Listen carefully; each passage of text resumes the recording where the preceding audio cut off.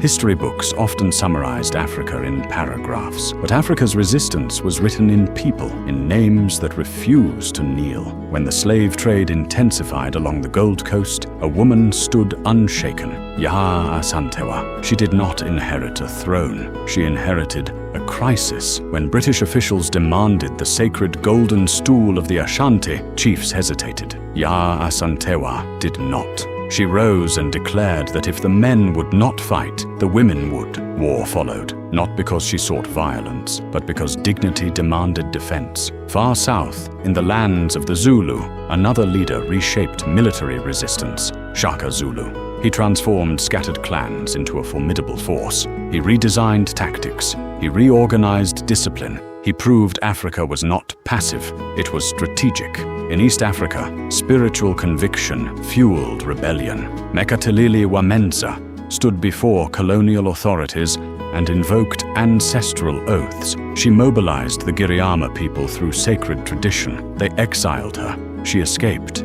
They captured her again. Her voice still carried. In Central Africa, prophecy became resistance through Simon Kimbangu. He preached spiritual liberation under Belgian colonial rule. For that, he was imprisoned for decades, but imprisonment could not confine belief. His movement endured. Across the Atlantic world, a king in exile refused silence. Nzinga Mbande. Queen Nzinga negotiated, strategized, and resisted Portuguese expansion for years. She understood diplomacy as warfare without swords. She understood warfare as diplomacy without illusion. In Ethiopia, sovereignty was defended by Menelik II. At the Battle of Adwa, Ethiopian forces defeated an invading European army.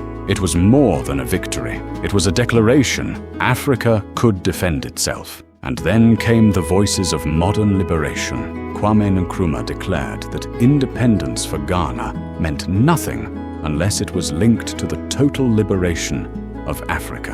Patrice Lumumba spoke boldly of sovereignty and paid with his life. Thomas Sankara demanded economic self-reliance and redefined leadership as service. They were criticized, they were opposed, some were overthrown, some were assassinated, but none were erased. Because African heroes were not fighting only for territory, they were fighting for narrative, for dignity, for memory.